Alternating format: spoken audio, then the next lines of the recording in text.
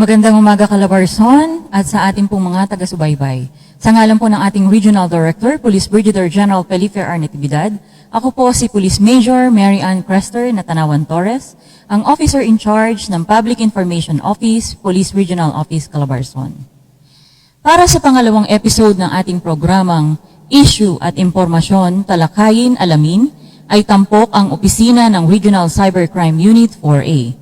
At sa umagang ito, ay makakasama natin ang isa sa cybercrime investigators ng RACU, si Police Staff Sergeant Eileen Calapatia, upang bigyang linaw tayo sa mga usapin patungkol sa cybercrime at ang mga proseso ng pagsasampa ng reklamo kaugnay sa cyberbullying, scam, identity theft, sextortion at iba pang krimen.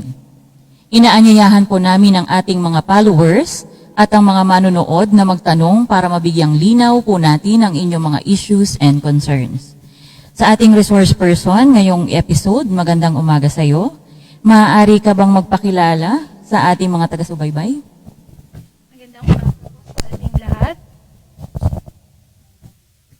Ako po si Police Staff Sergeant Eileen Mabuo Calapatia, nakatalaga bilang Cybercrime Investigator sa Regional Anti-Cybercrime Unit 4A sa pamumuno po ng aming butihing direktor na si Police Brigadier General Robert T. Rodriguez at ang aming pong supportive na RACO Chief na si Police Colonel Godfrey Convento.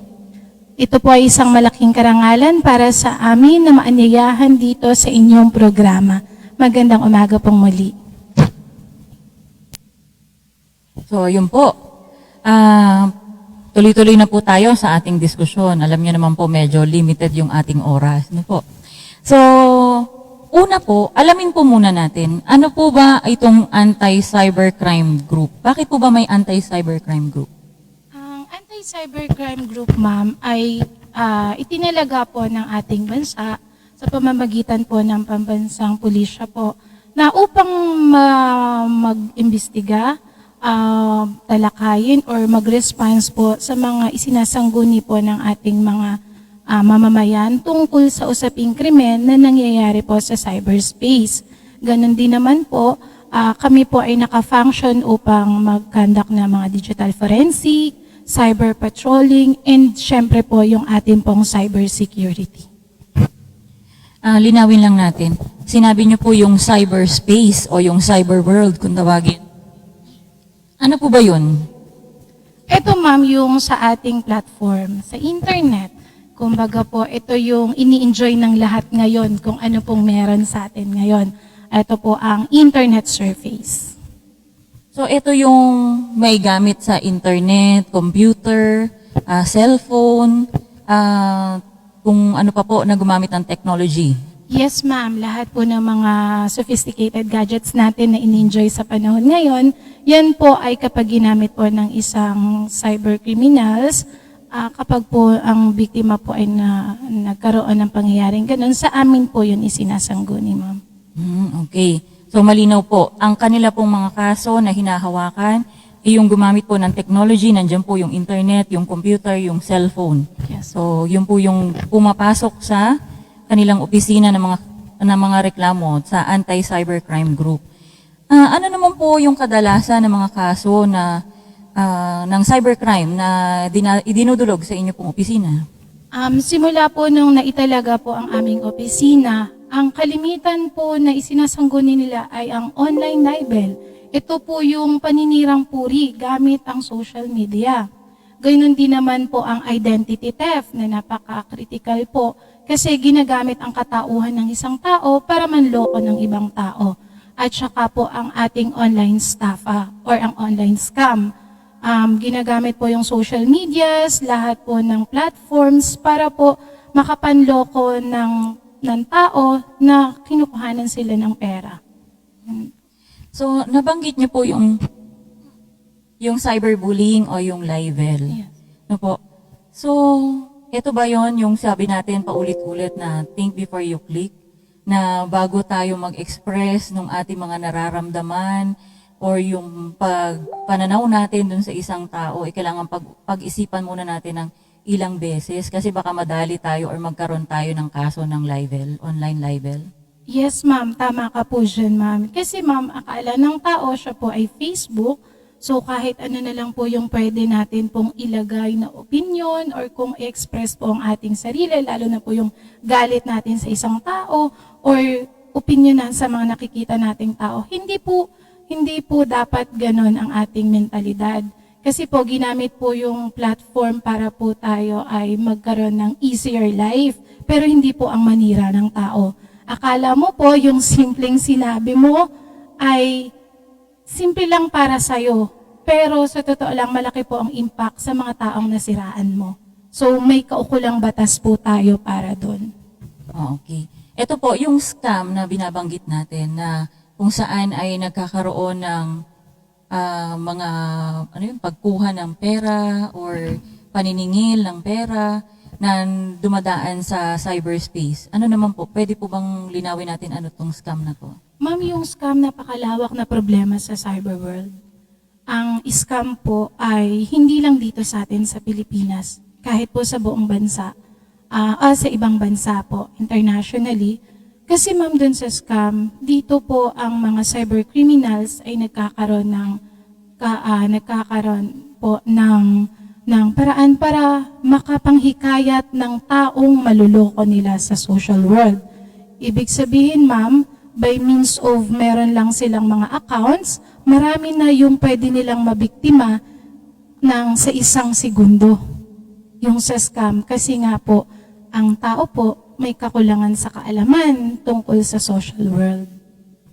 Pumapasok ba dito sa scam yung, kunyari yung nakaka-receive tayo ng text message, na nanalo tayo sa raffle, tapos ibibigay na natin yung mga personal data natin doon sa nag-message sa atin na nanalo tayo sa raffle. Kasama ba yun dito sa scam? Naku, opo ma'am, isa po yan sa modus na ginagawa po ng mga cybercriminals.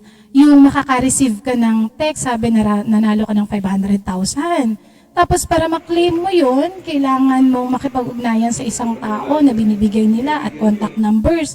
Tapos ma'am, ang iisipin ng isang biktima, pera kasi ito.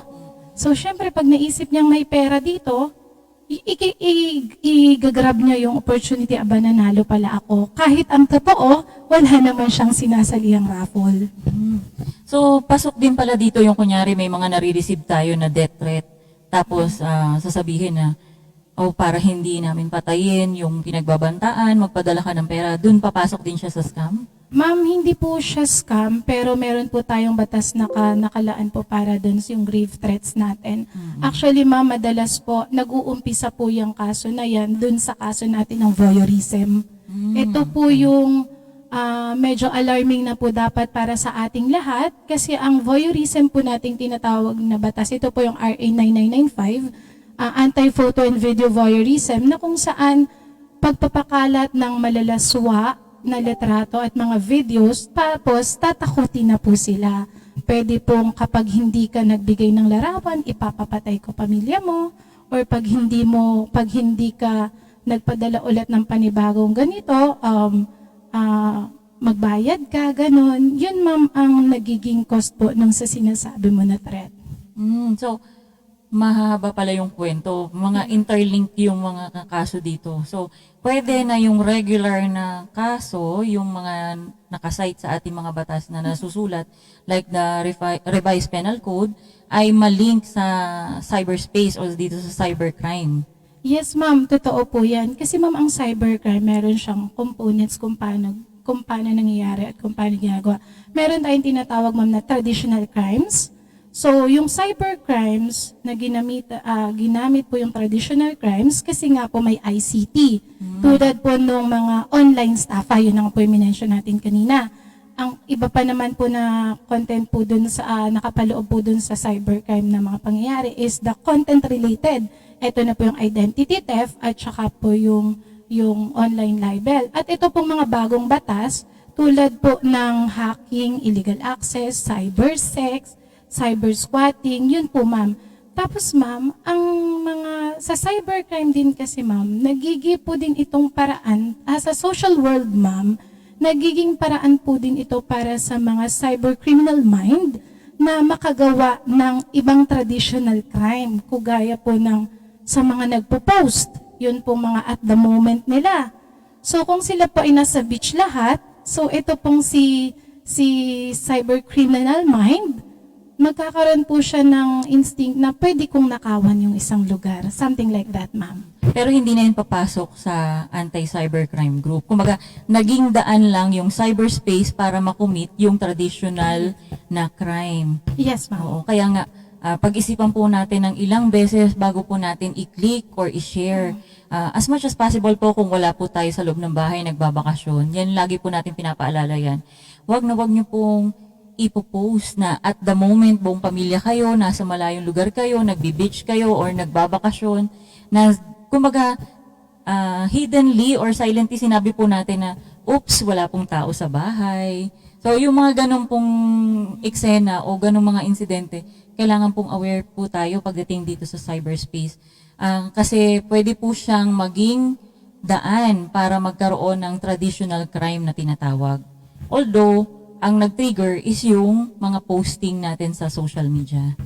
So, pwede po bang pakidiscuss po sa amin? Kasi kanina po nabanggit nyo na marami pong modus operandi na nangyayari dito sa cyberspace, yung ating mga criminals na ginagawa. Pwede po bang bigyan nyo pa po kami ng ibang example? Opo, ma'am. Sasamantalahin ko na po yung pagkakataon na ito para makatulong sa ating mamamayan upang malaman nila ano ba yung paraan na ginagawa ng mga cybercriminals. Ito po yung mga modus nila. Una po, yung dugo-dugo scam. If you're familiar, alam niyo po yung dugo-dugo scam, ang style po nila, may tatawag na magsasabi or mag-i-inform, mag-chat na naka-aksidente ang kakilala mo, na magulang mo, tiyo mo, or sino mang kasama sa bahay, naka-aksidente ng isang bata or naka-aksidente at kailangan magbayad ng pera, nakulong. So, dahil ma'am natatakot yung mga taong kausap sa phone, so i-instructionan sila ng tao na magpadala ng pera. Tapos yun ma'am, nakapagpadala ng pera only to found out na wala naman palang pangyayaring ganon. Po. So, parang may narinig akong ganyan na parang, di ba minsan may natatanggap tayo mga text message na sasabihin na i-put off daw natin, patayin muna natin yung cellphone natin for 30 minutes kasi may mga updating, ganyan-ganyan.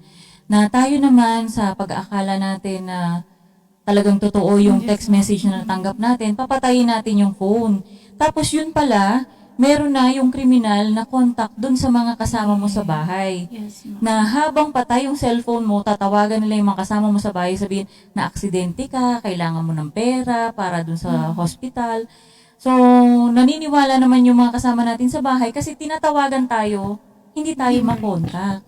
So, yun po, ingat po tayo sa mga ganon kasi yan po yung mga style ng budol-budol na akala po natin yung mga kasama natin sa bahay. Kalimitan to ay mga katulong, mga minors or yung mga senior citizen na nauuna yung panic o hindi din alam kung paano i-double check yung mga insidente. Naniniwala agad sila dun sa information. Yes, ma'am. Meron pa rin, ma'am, ibang scam, tulad naman po ng love scam. Eto, ma'am, multimillion po ang pinag-uusapan dito. Kasi, ma'am, sa love scam, meron ang isang tao na biktima, potential na binibiktima ng mga tao, usually yung mga aged, yung mga businesswoman, professionals, na mga retirees na, or mga wala nang inintindi na naghahanap na lang ng companion via online. So, napupunta sila sa dating apps. From that dating apps, nakakakilala sila kuno na nagpapanggap na isang sundalo sa war zone, isang engineers in anywhere na malaki yung kita. So, ihuhook nila yung mga biktima nila, papaniwalain. So, nagkakaroon sila ng online relationship. Upon which, ma'am, nun, akala mo, ma'am, after po nung love scam na yon, nagka-come up siya into another modus. Yun naman, ma'am, yung parcel scam. Kasi doon naman, ma'am, sa parcel scam, sasabihin ng boyfriend ko niya, na virtual boyfriend, na may ipapadalang baggages na naglalaman ng pera. So, pag nagkaroon na, ma'am, ng connection, sasabihin niya, may pinadala ako sa'yo, may laman yun na mga bags, jewelries, and dollars. So, ma'am, doon, may magpapanggap naman na courier. Tapos may magpapanggap na taga-custom kasi nakitang may perang laman. Hanggang sa, ma'am, ang mentality kasi nung victim, mababalik yung pera ko kasi may lamang pera yung baggage. So, hindi yun totoo lahat. Everything is in, may mga rules na yung bawat mga actors na nag-aano doon sa modus na yan, ma'am. Marami talagang mukha yung love scam, no? So, Yes. di ba kasama din dito yung kunyari, nagkaroon kayo ng relationship via online, tapos biglang magme-message sa'yo yung boyfriend mo online, nasasabihin sa'yo ay, kailangan ko lang ng fare, ng padala ka ng pera, tapos uuwi ako dyan sa Pilipinas. Ito naman na babae, example lang po ito Yes. ito naman pong babae ay mag-expect na talagang makakarating yung kanyang boyfriend, magpapadala ng pera. So, doon po, isa din po yun doon sa love scam. Yes, ma'am. Nakapaloob din po yun sa love scam. Masyado po talaga siyang malawak. Another po na scam na gusto po din nating i-discuss, masyado na pong voluminous ang victims din dito is the OTP scam. OTP. Yes, ma'am. Alam niyo po yung form po ng OTP scam, somebody will call you then pretend to be a bank employee. Then offer you a promos, previous in your credit cards. Then, ang sasabihin niya, may offer po kami na without annual fees, tapos exceed yung limit of ng paggamit mo ng credit card. So, from that, ma'am, along the way na nag-uusap kayo via phone call, hindi mo na naiisip na nabibigay mo yung OTP kasi they said nung caller, nung mga scammers, na kailangan po kasi to upgrade. So, yun, ma'am. Hanggang sa mabigay mo na yung OTP, remember po, ang OTP natin is very important. So, hindi mo na alam na limas na yung credit card mo, yung credit card limit mo. Ano po yung word na OTP? Ma'am, yung OTP na tinatawag natin is the one-time password. One-time password. Yes, ma'am. So, eto yung mga, lumalabas to, di ba? Pag minsan, pag may inopen tayong application, hihingiin sa atin yung email natin, then including yung password. Tapos pagka magugulat na lang tayo kasi nag-change password na yung email natin. Tapos minsan ay eto na kung ano-ano na, hindi mo na mabuksan yung email mo. Example to nun. Ma'am, yung OTP sa banks kasi yun, usually Sa sa bank mga banks. Yun, ma'am, inaano mo sa is the password natin when it comes to doon sa mga emails and social media accounts natin. Doon naman, ma'am, ang maganda dapat pong gawin natin doon, magka-code tayo. Dapat po mag two-way factor authentication tayo kasi, ma'am, para hindi ma-invade ng ibang tao at mapalitan ng backup ang account mo. Kasi once na mapalitan na siya ng backup emails or numbers, you can no longer access that, ma'am. So, pwede siyang yung nagpanggap na sa bank, then pwede rin yung sa mga apps na Pwede po. nahahack na. Yes, ma'am. Na nawalan ka na ng access dun sa email mo, tapos yung email mo is naka-link doon sa online banking. Yes, ma'am. No po yun. Opo. So, Oo, sa ating po po yun. mga taga-subaybay. So, check nyo po yan yung mga kiniklik-click po natin dyan, ng mga application, etc., mga update. Baka po mamaya ay naibibigay na po natin yung ating mga password. So, yung pong credit card natin nakalink sa email, tapos yung pong mga online banking natin nakalink din sa email. Masyado talagang malawak tong Ma'am, cybercrime. Yes, ma'am. Actually, ma'am, if we will not be maging aware tayo sa lahat ng safety, pwede po talaga tayong bumaba yung ekonomiya natin because of this na multi-million pesos na nagagamit, nangyayari po dun sa mga scam all over the world. And aside that, ma'am, I want to focus then with another po na modus is yung sextortion. Sextortion. Yes, ma'am. Kasi particularly sa sextortion, na nagiging victims po natin dito is yung mga kabataan, ma'am. Yes, ma'am. Yung sa sextortion kasi, ma'am, magkakaroon sila ng online relationship or the intimacy via online.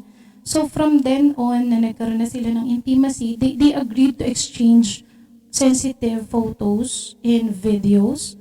Then, after which na maisipan ng bata or ng victims or ng younger na ayaw na niya, gusto na niyang makipag-break. So, papasok po yung sa sextortion kasi ang sasabihin nung offender, kapag hindi ka nakipag-sex sa akin or nagbigay ka pa ulit ng panibago, sisirain kita sa lahat. So, isa pa rin yun, ma'am, sa isang modus. Yun yung tinatakot yung biktima na Yes, i-upload tong sensitive photos. Yes, ma'am. No?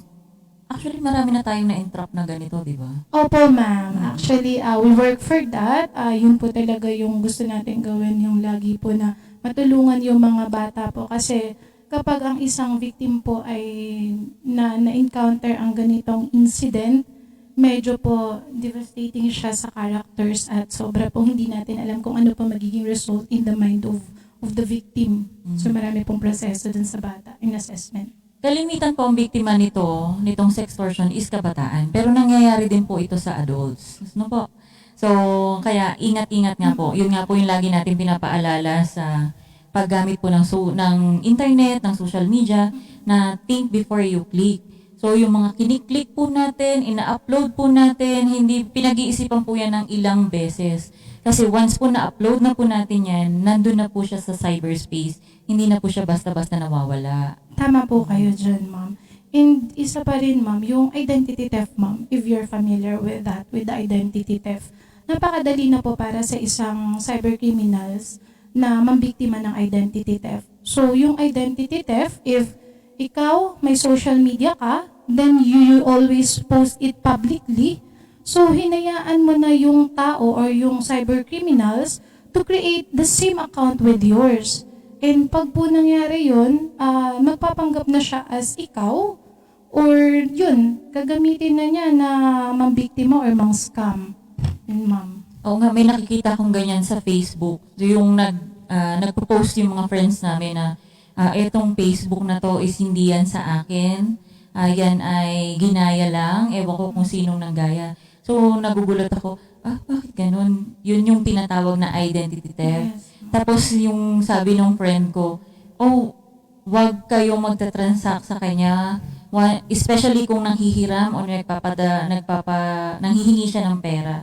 So, wag po kayong mag-transact kasi hindi po ako yan. So, ito po ba yung identity theft? Yes, ma'am, exactly. Yun po talaga yun. Tama po yung ginawa po ni friend mo, ma'am. Kasi once na you know na nagagamit na sa hindi maganda yung account mo, yung Facebook account mo, ang dapat mo po talagang gawin dyan is to report the authority.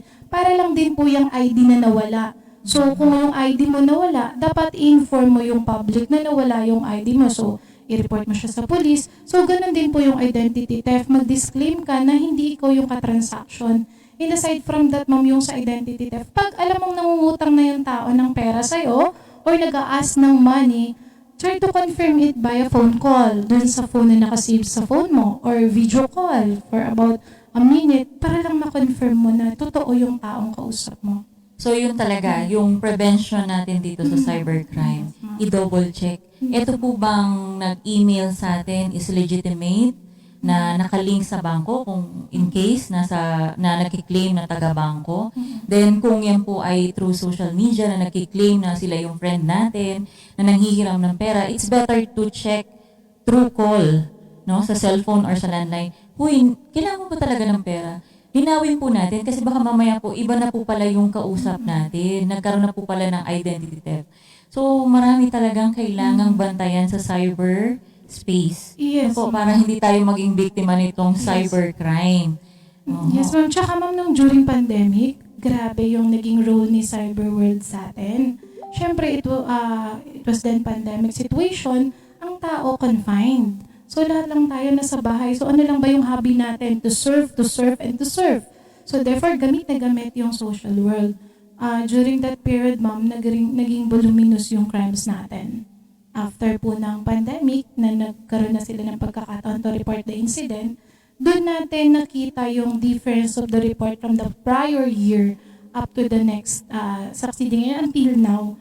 As in talagang numerous pa rin siya, ma'am. So, lumobo yung number ng cybercrime. So, for sure, naghahanap po kayo ng mga bagong personnel. Ay, totoo po yan. So, kung sino man po yung interested to apply in the anti-cybercrime group, may sarili pong recruitment, ma'am, si PNP-ACG. For you, yung mga potential po natin na mga ITs, so kailangan po kayo dito. So wag na po kayo mag-hesitate yung mga degree holders dyan with eligibilities. So pwede po kayo na mag-apply. Open po yun, ma'am. Opo, pinlag na rin po natin yung recruitment. No po?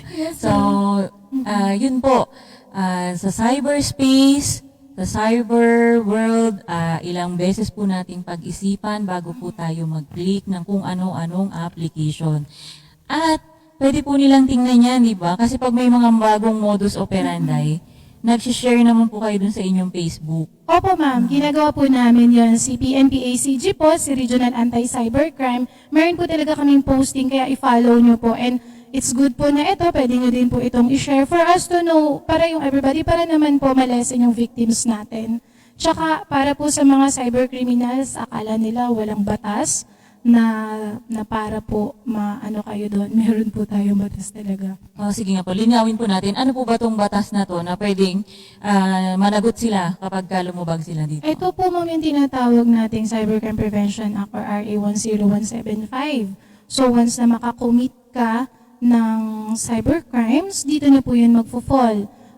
Nandun po yung mga penalties at para lang din po sa kaalaman nyo, nakukulong po ang lahat ng mga lumalabag sa batas ng RA 10175. Isa pa din po yung RA 9995, yung anti-photo and video voyeurism, na akala ng kabataan simpleng panghihingi lang at pananakot at pagkakalat at pagkukolek ng mga sensitive photos and video. But then po siya po ay may nalabag ng batas. Dati, kung going back to history lang tayo, saglit lang, pahapyaw lang tayo. So, dati kasi po is wala po tayong batas na cybercrime, yung para dito sa anti-cybercrime. Then, nagkaroon po tayo nito, kung naaalala niyo po yung I Love You virus. So, yun po yung nag-trigger, kaya nagkaroon po tayo ng batas na meron na po mga bagong platform na ginagamit yung ating mga criminals. So, dito po, pag po ba naging biktima ka naman ng cybercrime, ano naman po dapat yung ating gawin? Ma'am, kapag biktima ka po niyan, ma'am, dapat po ang gawin mo agad, magsangguni po sa Cybercrime Office. Meron po tayong NBI Cybercrime and PNP Cybercrime. So yun po yung office namin, yung Regional Anti-Cybercrime Unit 4A sa Calabarzon. Kapag taga Calabarzon ka po. Ano po to? Online po ba magre-report o kailangan physically? Meron po kaming online ticket na tinatawag is via online for you to know yung mga kailan ka pwedeng mag-report. Then po ma'am, kailangan pa rin po siya ng actual presence in reporting the incident. So, hindi po pwedeng online lang yung ating reporting. Hindi po ma'am, hindi So, po. yun lang po yung first step na i-report po natin yung through online, then pero kailangan po nating mag-appear physically po sa office po ng Regional Anti-Cybercrime Unit. So, sana po naman ay naging malinaw po ang ating mga impormasyon na nabanggit, no? So, maya-maya po, bigyang daan naman po natin yung mga katanungan mula sa ating viewers. Huwag po kayong aalis. Magbabalik po kami makalipas lamang ang ilang sandali.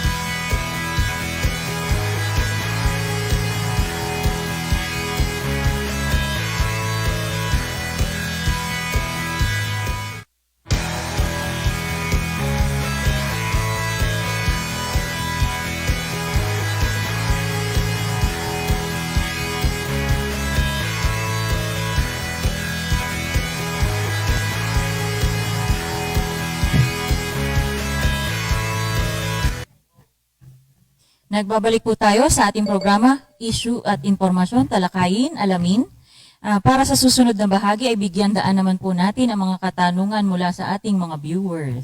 So, ready ka na ba sa question and answer? Sige ma'am, sagot natin sa ating kakayanan para maparating po yung sagot natin. So, yung una po nating katanungan, dahil daw po nabanggit nyo kanina na may pagkakakulong ang paglabag dito sa anti-cybercrime law, ay gaano po ba katagal pwede daw pong makulong? Ma'am, dahil po sa ang RA 10175 ay special laws, ito po ay according sa batas, ito po ay 1 degree higher. So ma'am, yung simpleng traditional crimes na ginamitan ng ICT, tataas po siya ng mas mataas na penalty. So 6 years to 12 years, ma'am. So, 6 Mahaba-haba years din, to di ba, 12 ma'am? years, no? Yes, So, ma'am. Depende pa po yun sa bigat ng nagawa mong krimen sa cyberworld. depende pa yun. So, may mga aggravating Yes, circumstances pa. May penalty pa yun, ma'am. Bukod pa yung fine. Yes, ma'am. Ito yung pangalawa nating tanong. Ano ang mga na-encounter nyong kaso, especially on sextortion? Ano ang mga edad na usually involved? Paano na-address ang ganitong incident? Unfortunately, talaga pong medyo mas mababa po yung edad or mas bata pa. Meron po akong victim personally handled case, 10 years old. 10? As young as 10 years old. So medyo po, 'di ba, nakaka-shock. Pero po nag-range yung mga sa victims ng sextortion is 10 to 17 years old. Minsan may mga adults din, pero hindi siya ganun kadalas. Mas marami po talaga ay kabataan ang nabibiktima ng sextortion. Okay. So, ito po, paalala po yun sa ating mga magulang dahil ang kalimitan pong biktima dito sa sextortion ay 10 to 17 years old. So, ito po ay minor. May dapat pong role ang magulang para ma-prevent ito at yun po yung bantayan po nila yung mga anak nila sa paggamit ng mga social media at saka ng iba't ibang platforms. Exactly, ma'am. Opo. Yes, ma'am. So, next question. May nagsisend sa email ko ng message regarding sa closure ng aking bank account, which is wala naman akong account sa bank na yon. Paano ko ma-determine na legitimate yung email account kasi same siya sa form at style ng mga legit na online banking website? Okay, so sabi ni ma'am, wala naman siyang bank accounts with that. So, ibig sabihin, ma'am, definitely, yan po ay phishing site. Okay? Phishing site. So, ibig sabihin, once you click that, pwede na pong ma-invade ang iyong bank accounts. Yan po kasi, ma'am, ang pagbi-victim po ni cybercriminals is random. So, anybody, he can send emails. So, sino yung kumagat with the email messages, so yun, makakakuha na po sila ng potential victim.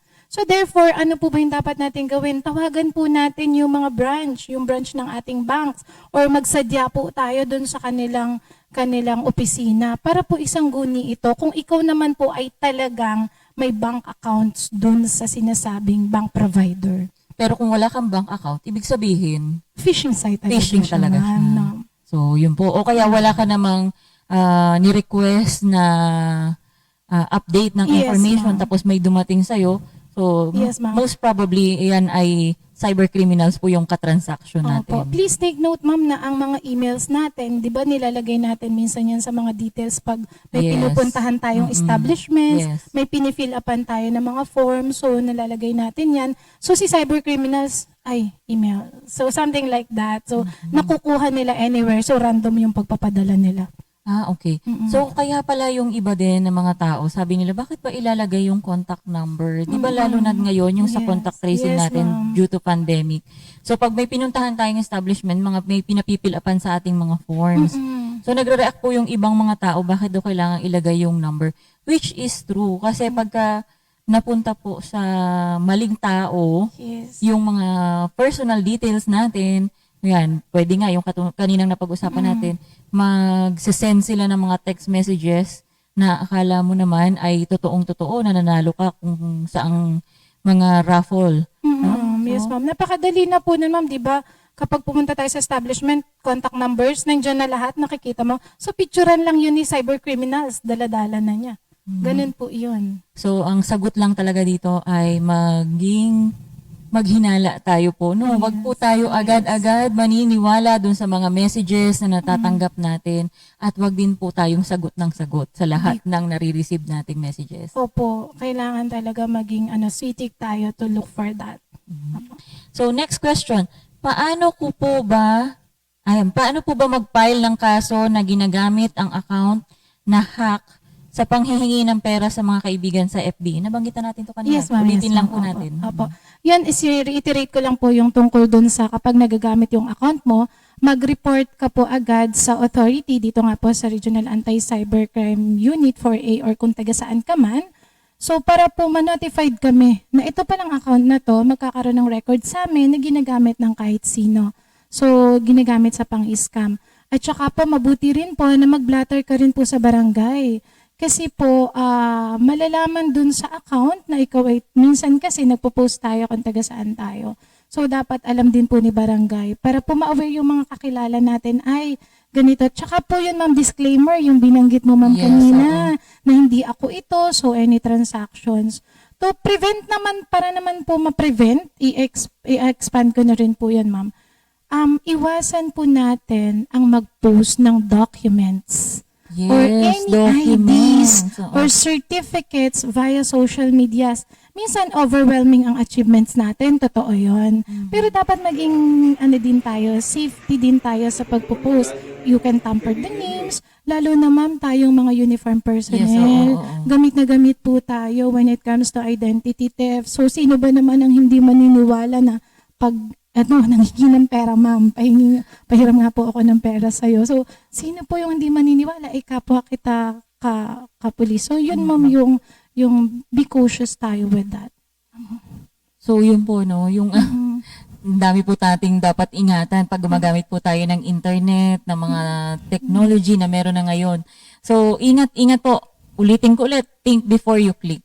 Yes, ma'am. So next question, regarding sa pagrereklamo, kailangan pa ba naming dumaan sa police station o diretso na po sa inyong opisina? Actually, ma'am, dahil po wala pa po kaming provincial offices, we only have Rizal Provincial Office and we are ongoing on activation with the other provinces. Pwede naman, syempre si police station po ang mas malapit. So, pwede po kayong i-assist ni police station na local police papunta po sa amin para po matanggap yung reklamo nyo. At pwede din naman pong direct na lang po kayo sa aming opisina. Oh, pero kung medyo alanganin pa po kayo kung ano yung kasong isasampa, so pwede po kayong dumaan sa police station Yes po, para yes. mas malinawan po kayo dun sa proseso. Kasi baka naman po sa level po nila yung case, hindi naman po sa cybercrime, sa anti-cybercrime group. Katulad po nung kanina nabanggit natin, yung nakalink sa traditional, yung dumaan lang o yung cyberspace lang yung naging daan para maisakatuparan yung isang traditional crime. No? Tama yung, po si ma'am. yung binanggit natin kanina na nag-post kasi na nasa ibang lugar, tapos kaya napasok yung bahay. So yung mga ganong insidente po kasi pang police station po yun. Yes, tama po si ma'am. So, Oo. next po, may mga instances po ba like other social media applications like Netflix?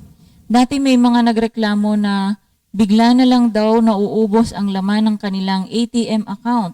Paano po ba ito maiiwasan? Actually, ma'am, isa yun sa safety reminders namin na yung banking onlines, we're not suggesting that way na masyadong madalas ang paggamit mo ng banking onlines. Kasi ma'am, once na nag-purchase ka via online, kaya sinasabi niya si Netflix, maglo-load kasi yun eh.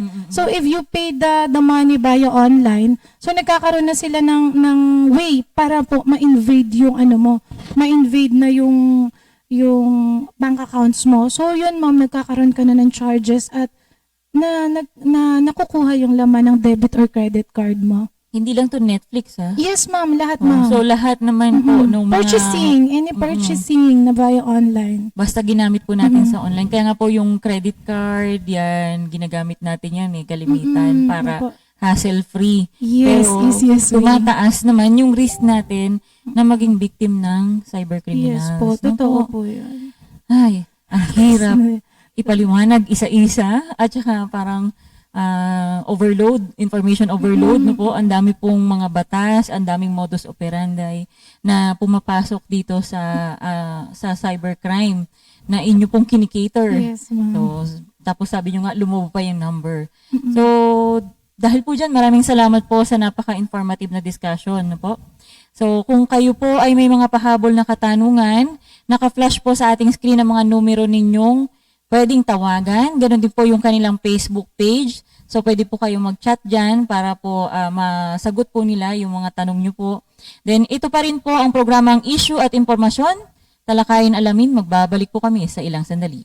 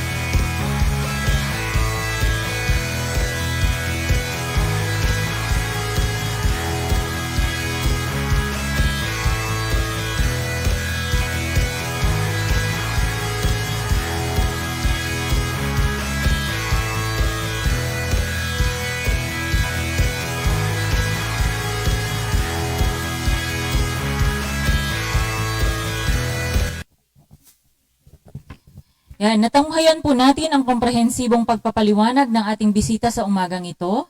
Nawa ay nabigyang linaw namin ang inyong mga katanungan, pero parang may pahabol pa tayong katanungan. Meron pa pala, ma'am. Oo. Meron kasing pumasok na tanong dito. Yan, nag-invest daw siya. Sa yung mga ano ba to? Investment scam, ma'am? Yun. Siguro nga investment scam. Yung mga, nakita lang daw siya niya online eh. So, paano ba yun? Paano nangyayari? May ganun ba tayo? Actually, ma'am, yung investment scam, it talks about millions of pesos. Napakarami po ng victims na nag-referred sa amin regarding with investment scam. Ito, ma'am, yung modus na may mga payouts that your money will double in just a span of time. Tapos, ang modus niya, ma'am, patitikinin ka ng payouts. So, ikaw, ang makukuha yung trust mo, totoo palang may payouts. So, therefore, mas lalakihan mo yung investment. Mas dadagdagan mo pa at ayaw mo na yung i-pay out kasi para mas lumobo. And eventually, hindi mo na naiintindihan, ayun, hindi na sila mahabol. And you invested millions of pesos. So, investment scam na dumaan online. Yes, yun ma'am. yung Yes, ma'am. inimbestigahan nyo. It's in our social media platform kasi, ma'am. Social media. Marami po siyang forms of investment scam. Pero talaga, ma'am, ang usually nito payouts.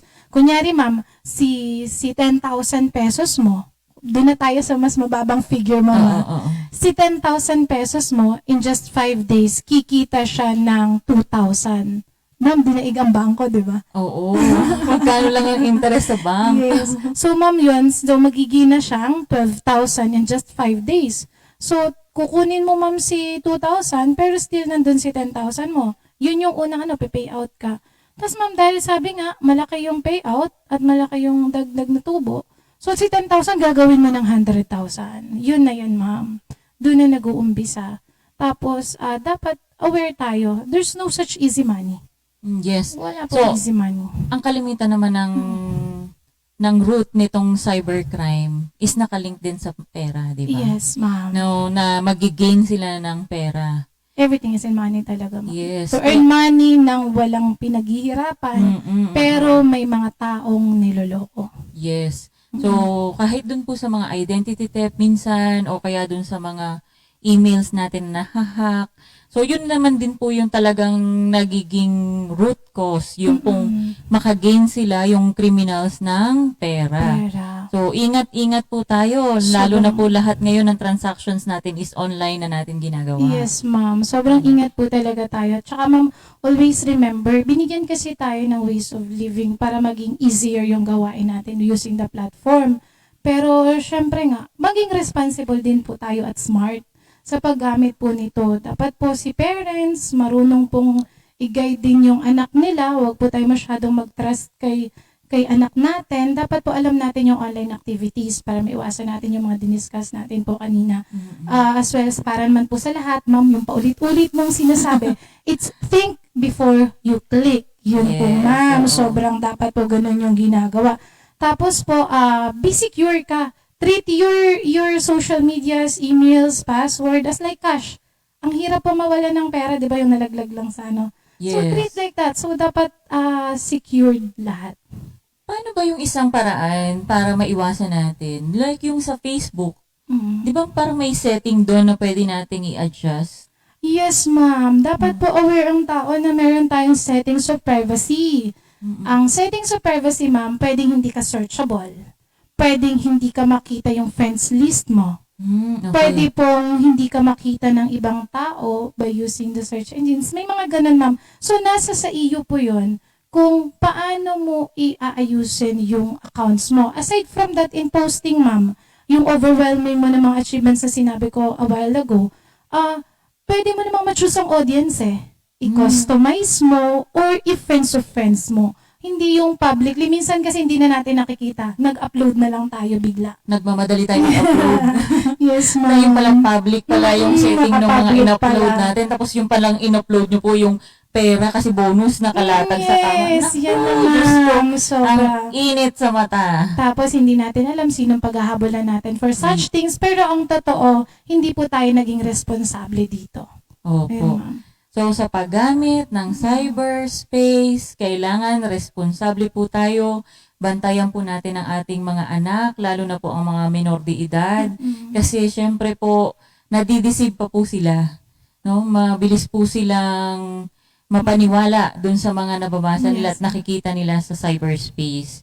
So, meron po ba tayong mga programa na nais ninyo pong ipabatid sa ating mga taga-subaybay? Ayan, ma'am. Sasamantalahin ko na po itong pagkakataon na to promote our best practice. Meron po kaming tinatawag na Cyber Pro Kids. Ito po yung Cyber Pro Kids kasi gusto po natin protektahan ng ating mga anak, ang ating pong mga kabataan. Dito po, ma'am, nagkakaroon kami ng coordination with the DepEd para po siyempre online class sila. So if they're willing to have or to conduct some lectures regarding awareness, regarding preventions, pwede po silang makipag-ugnayan po sa amin para po naman maisingit kami doon sa online classes ng mga estudyante natin at malaman nila ano ba ang meron like this discussion, ma'am. Wow, maganda yun, Yes, no? ma'am. So, doon po mismo sa school na, sila na po yung katulong ng PNP sa pag-disseminate ng mga ganitong information through online class din po. So, wag po kayong mag-alala, hindi po lalabas ng bahay ang inyong mga anak. So, online lang po sila magpa-participate, online lang po sila makikinig. Yes, ma'am. So, dahil nagtatapos na po ang ating oras, Ay, maraming nagpapasalamat po salamat. tayo sa ating resource person ngayong umagang to, si Police Staff Sergeant Eileen Calapatia. Thank you, ma'am. Yes, sa pagpapaunlak sa atin ngayong umaga. So, gayon din po sa ating mga viewers. Maraming salamat po sa inyong pagsubaybay. Marami po tayong natutunan ngayon about cybercrime. Nandyan po, nabanggit po kanina yung identity theft, yung scam, yung kung ano-ano pa, pati yung love scam, love ma'am. scam, yes. Tapos po yung nakukuha yung mga password natin. So, paalala lang po ulit, paulit-ulit, think before you click. Mayroon pong mga batas na nagko-cover po nito na pwede pong panagutin yung ating mga criminals, yung mga pag-take po ng pictures, ng videos, then pag-upload po, lalo na sa internet, ng mga sensitive photos and videos na to, meron din po yung kaukulang parusa. So, isip-isip po at baka po tayo ay magkaroon ng problema. So, sa susunod na Biyernes naman po, ating pong bigyang pagkakataon ng opisina po ng Regional Recruitment and Selection Unit ng 4A upang mapag-usapan naman na po natin ang proseso ng recruitment para sa mga nagnanais pumasok sa hanay ng PNP, lalong-lalo na po dito sa PRO Calabarzon. Kanina nabanggit na po ni Ma'am na meron po silang ongoing recruitment, no, sa cybercrime. So, abangan niyo po kami sa susunod na Biyernes sa parehong oras. I-like at i-follow po ninyo ang aming Facebook page, Police Regional Office 4A. Muli, sa ngalan po ng aming Regional Director, Police Brigadier General Felipe R. Natividad, at ng buong pamunuan ng Police Regional Office Calabarzon, ito pa rin po ang inyong programa, Issue at Impormasyon, Talakayin Alamin. Maraming salamat at magandang umaga po.